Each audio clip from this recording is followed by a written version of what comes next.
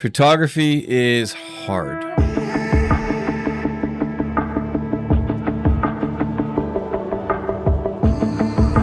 Well, let's explain. Before diving into the world of photography, everything that I took as far as taking a picture was literally taking a snap on my phone, capturing whatever I needed to capture as a reminder for something for work related or just a reminder of that particular moment in time, or to snap and show as a joke one of my buddies.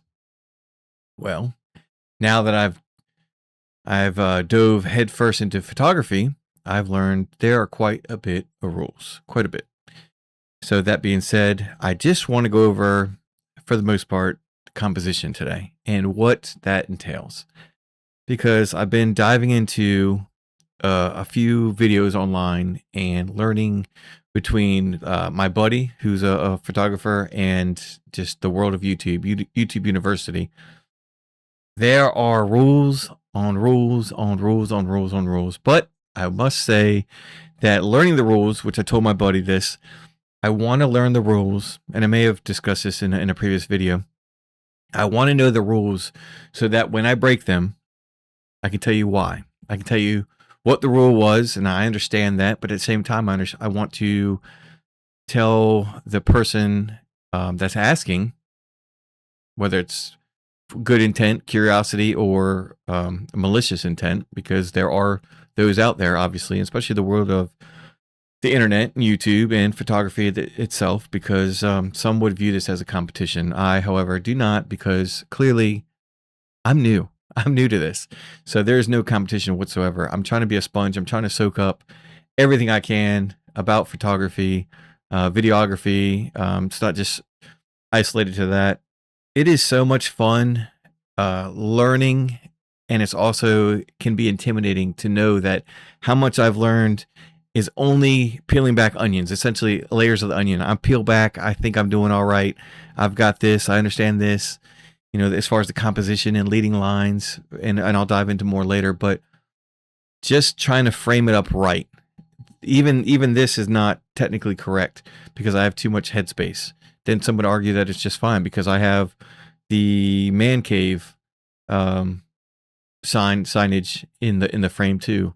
So my composition could be equal between the door, the man cave, the tripod, and everything. None of that really is intentional, but I'll work on that. But there's so much that I peel back that onion, I peel back that layer, only to find another layer and another layer and another layer. So the fun part is there's so much to learn. I don't want to, it's not a video game where you want to master something within the first hour, 2 hours. That way you can be the best of the best, or a sport, take on a sport that you're not familiar with, that you start to learn and start to become better at something than anybody else in more of a competition way. This is more, I find it exhausting in a way and exhilarating in another way, that not just the exposure triangle, to be able to take a proper picture, right? Exposure. But to learn that there's so much more involved, that this is literally a lifetime of potential knowledge that one would have to undertake just to get to the point where you feel like you're better than confident. Confidence is key. Confidence is getting there to the point where I want to be able to, in a moment, take the right picture and know X, Y, and Z, why I'm taking that exact composition, or framing it and taking the, what am I trying to say? The exposure, finding the right composition for the subject. I'm learning all these phrases now in vocabulary words I'm trying to teach myself. But why is that? Why do people look at a certain, myself included, why can you look at a photo and you want to draw their eyes to a particular part of that exposure? Why is that? Well, there's many rules, many reasons for that, I should say, and a lot of them follow rules. So leading lines to direct your vision to the subject, right? To lead the eyes a certain way. I think in the most basic form I can think of is, I thought learning photography was about camera settings, and I'm getting goosebumps. I'm telling you, I'm getting old. My feelings are coming back. I thought that learning photography was about learning the settings, the exposure triangle, as I mentioned, and a couple rules here and there. But it's actually more of a human behavior. What does a human's eye typically go to when you show them a photo? And there's so much more about the actual intentionality of taking that picture in that exact way to frame it for the subject to be in the focal point of that image. It's important to know your camera, know the settings, and know what it does. I understand that, and that's something that I'm developing with time and with practice. But another thing to show what you want to show without even being there. If I take a picture and it's on YouTube right now, there's no other place it is that exists in the world other than maybe my computer, I guess, right?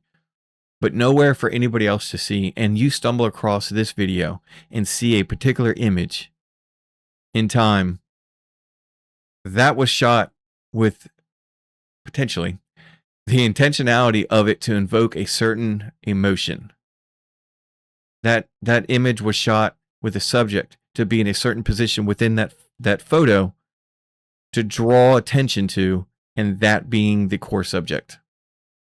And I understand you can have multiple subjects within, but the main subject being there. If it's a mountain versus the birds, right? So it's just another example of everything opening up a whole different can of worms in photography. Something that I barked up this tree, and instead of being an old dead tree with one branch, right? It's a tree that's completely alive with branches as far as the eye can see, right? All the way up to the sky. And there's so many different tangents that you can go to, and I'm terrible with tangents, so I'll slow down. But if I go this one branch, this one large branch coming off the tree itself, the main body of the tree, and then it splinters off to a bunch of other ones with smaller branches and leaves, and that's photography. And that's one part. I mean, if it's still the same tree and then you have another branch with videography, I mean, just the 180-degree rule, which is what I had to do here. I've got my camera is better now as far as the lighting. That's a whole different that's a different tree. Well, that's a different branch. See, I'm going off on tangents. I got to slow down. Let me stop. In watching these videos, these YouTube videos, and to summarize, a lot of them were, how to learn the world we live in. Everybody wants that instant gratification. They want that information dump on them. And it'll be like, how to shoot photography for beginners, composition, lighting, subjects, blah, blah, whatever. And it'll be like a quick version, a crash course or something or whatever. And it's like 5 minutes long. And it's amazing because when you start opening yourself up to actually want to learn, and you see one of these videos, and most of them do a fantastic job. But each one of these topics, like the leading lines, for example, I've already started talking about that briefly, but that alone, it could be its own video. I mean, it's wild that was a portion of a lot of videos and stuff, but that alone you could just talk about for its, its own individual topic, its own individual video itself. But, once again, just depends on what people have time for, patience for, and everything. But I plan on diving into all of these and to learn. I want to learn these rules inside and out. Once again, to learn them so that when I break them, and I choose to break them or go along with them, it doesn't matter. But I want to be able to tell the person asking me why I chose to do this, what my intentions were. I think that's important. And not just be a copy of a copy of a copy of a copy. So getting to the first thing that I wanted to speak about was to try to rein my thoughts in a little bit is the subject clarity. So if I'm looking at an image, and I once again, just to kind of to build off what I was talking about when I started word vomiting. What am I taking a picture for somebody else to see? What is a photographer taking a picture for me to see? It's important for you to be clear as far as what you want to do, and the composition is how you set that up. How you set the composition up, excuse me, is how you gather that clarity in the image. If I can't answer what I was intending for the viewer, I don't know what to say it. What do you say? What do you call it? The viewer of the photo. So what to say that the person actually taking a glance at the photo and actually interpreting it. If I can't tell you what I was intending for that photo to be, most likely that person can't either. Or the main goal of the photo itself can't be disclosed. I think it's important to be able to come to your own conclusion, because how the viewer or whoever's taking a gander at the image, depending on what mood they're in, can change the outlook of it. And I'm completely fine with me taking a photo one way and it being perceived differently, because we're not all the same. My intentions are going to be there, but reality for somebody else is going to be taken differently. And that's okay. Nobody should get their feelings hurt on that. And it's just what's good for one person to look at may not be good for another person to look at, or invoking a sense of claustrophobia in one image while the other person sees it as more of a warm embrace of, something else. I don't know. Just kind of like flying off the cuff here, but which I enjoy doing anyway. I've got some things I want to talk about, but my ideas or my examples may not be quite on point, but you get the point. You get the gist of it. So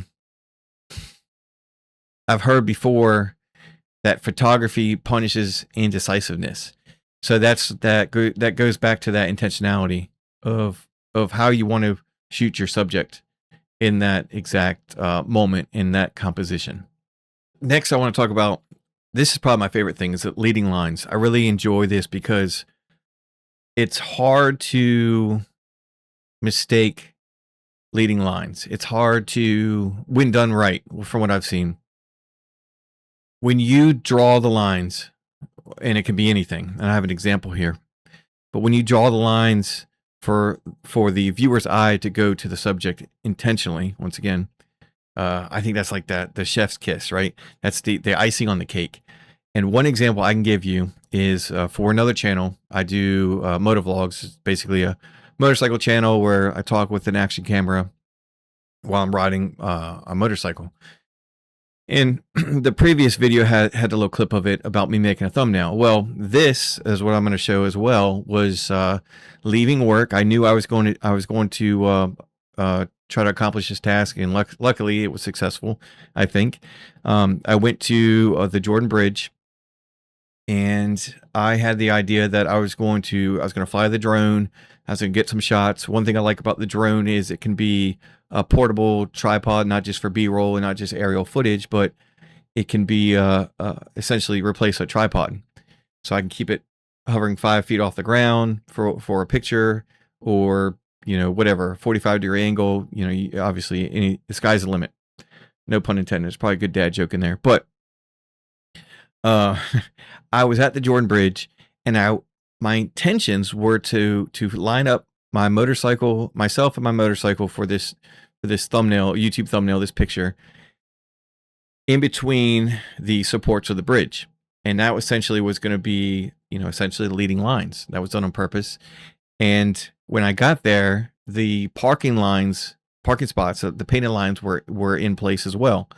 So I was able to use my leading lines for that image was the painted lines on a parking space. The subject was my motorcycle and myself, and then the Jordan Bridge in the back with the spans, with the support columns for that bridge itself was a perfect placement for the leading lines. So between those two lines, it led your eyes right to me, and what I was trying, the intentionality, once again, the intentions of that photo was right there. And it's one of my favorite pictures for a thumbnail that I've ever taken. And it goes to show you that, learning photography, that image, I'm not beating my chest, but that image was one of my better ones as far as showing the viewer what they were supposed to see. Of course, it's front and center, so it's kind of hard to miss. But learning this channel, learning photography and what this world has to offer is only going to make me better at other places in my life, and not just that channel, but preserving these memories, these images, these still images in time. And that's one of my favorite rules, if you want to call it, leading lines. And one of my favorite images came of that knowledge. So going to that day, it was I planned ahead. I was gonna leave work. It was just after 7 a.m. I knew sunrise was gonna be about that time. I got to the Jordan Bridge. I sent the drone up.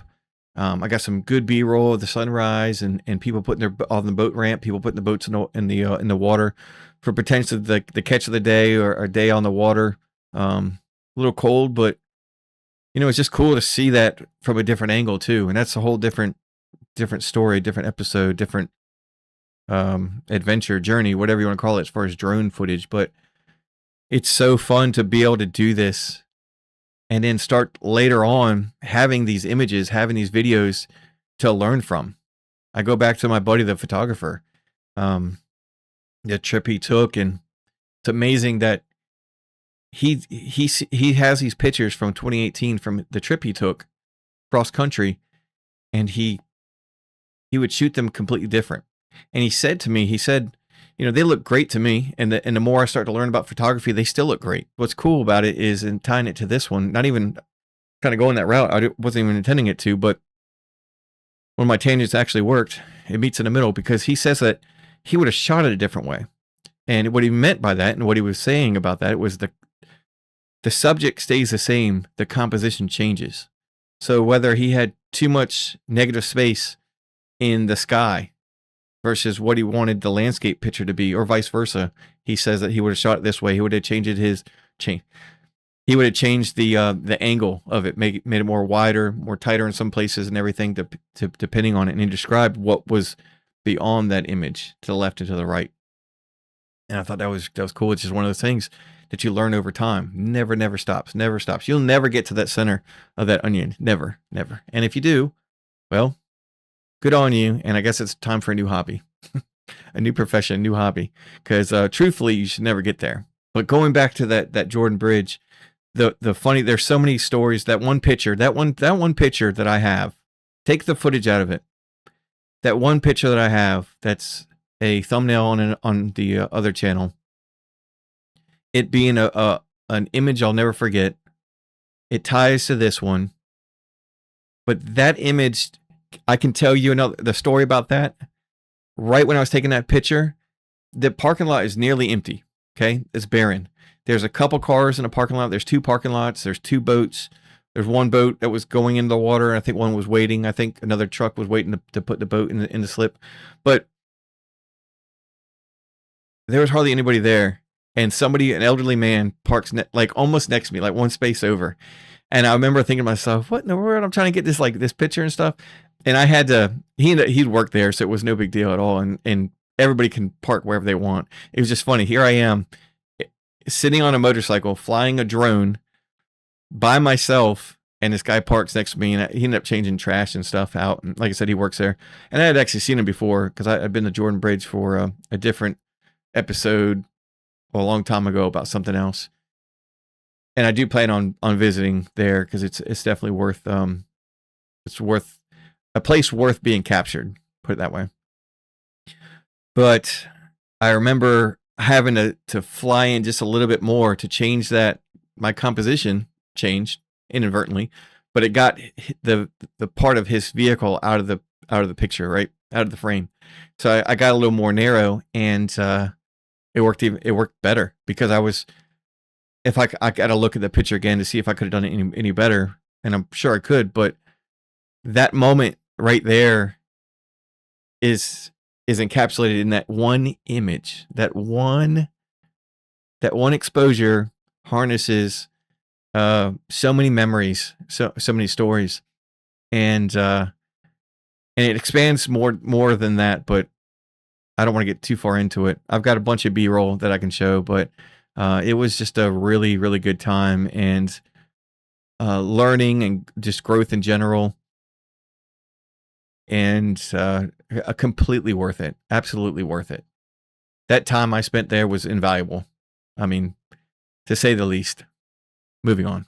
Another thing that learning from this is the framing itself, and not something that I flew in a little bit to frame that picture right, that composition to where it needed to be, right, with the drone.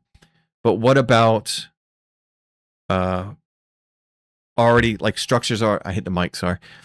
Structures are already in place, whether it's man-made or nature. So Mother Nature puts a tree here, and I can use it to frame a shot. I guess a structure already in place. You could think of doorways and windows, edges of buildings, or buildings in between, or a subject in between two buildings and stuff. There's so many things to frame that composition. So looking at a park bench, it's not just taking the picture of the bench, but how can I frame it in a more interesting way? And is there a tree that I can come behind and kind of add depth to it and frame the picture? And depth is a whole different topic I'll get into. Instead of just taking that picture of a bench, instead of just taking a picture of the tree in my front yard, instead of that, which I lost a branch. I lost a branch in the previous storm. And that branch will never be the same. That branch is gone. And like I said, that was my thought process was taking a picture of a tree, but taking a picture of a tree that's on borrowed time. If you're familiar with the Bradford pear, they're messy, which is one of the reasons why that is going away. Probably the only reason it's going away one day, but they're also brittle. And I think that there's a conversation in that, maybe for another day, but just not bouncing off too much of it. But the Cliff Notes version is how, here today, gone tomorrow. So, case in point, there's a branch I had to pick up after the storm. So it's just cool to see, instead of taking that picture right then and there, look around and see if I can frame that with something that already exists to make it more interesting, and at the same time change that composition and into something, well, I said more interesting, but also like intentional. It's another rule. Negative space. How is that intended? Is it a mess up? Is it a goof? Well, it depends. Depends on who shot it and the way that person wanted to take that photo. So when you think of negative space, you think of, my thing is big open sky. Big open sky. Was it intentional? Well, it depends. I guess pavement, open pavement, darkness, water. Think about darkness or dark sky. Combine those. You just big open sky, dark, goes on, seems like it goes on forever, or water going on forever. Is that shot intentionally to portray a certain mood? Could make somebody uncomfortable. Well, was it intended to make somebody uncomfortable? No, it all depends on how it's shot. And it depends on the person when they arrive to that photo and how they perceive it too. So I guess when it comes down to it, a photographer, or maybe a good photographer, can move more of a majority of people to see the way that he or she shot the exposure. Press the shutter, right? I guess that's probably a better way to look at it, and one that I'll probably go on from now on, that route. See? Ever changing. So overall, was that negative space used to fill the frame, to give it a break, to let it breathe? I don't know if that makes sense. Makes sense to me, but yeah. And I guess another thing with like negative space, it's its own, but like to talk about like the balance. So negative space is obviously like, I think of it as like when I said like fills a frame, but now what about balance? You have a dark and the contrast, right? From dark to light, a bright object, a dark side of the image or the exposure, equilibrium with that. The eye, the brain, they like that balance, but there's the symmetry and asymmetry. Was it done on purpose? The intentionality on it. So I know I keep going back to the intentionality, but that's literally what the photographer is trying to do. Portray, invoke an emotion, your eye going somewhere, the emotion of it, telling a story. Once again, I said that picture that I took that became a thumbnail on YouTube for a different channel. It can, well, I don't know. I'm asking you, what does that portray to you? I don't have any writing on it. I don't, like you would on a thumbnail. That's just the image itself. And maybe I can take that image and, if I have the original, I can go back and find the original in RAW and change it a couple ways and see if it changes maybe the way that you portray that image.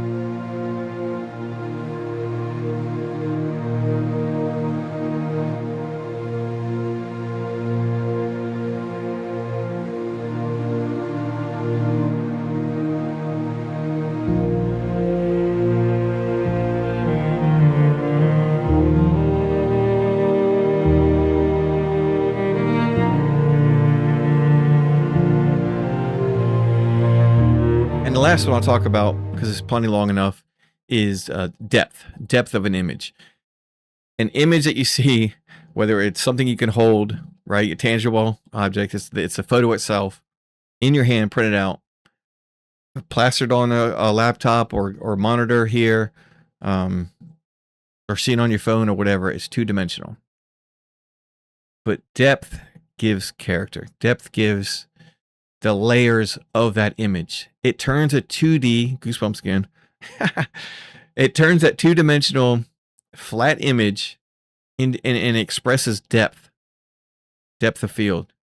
We look at it as aperture, right? So when we talk about exposure triangle, ISO, aperture, shutter speed, or shutter,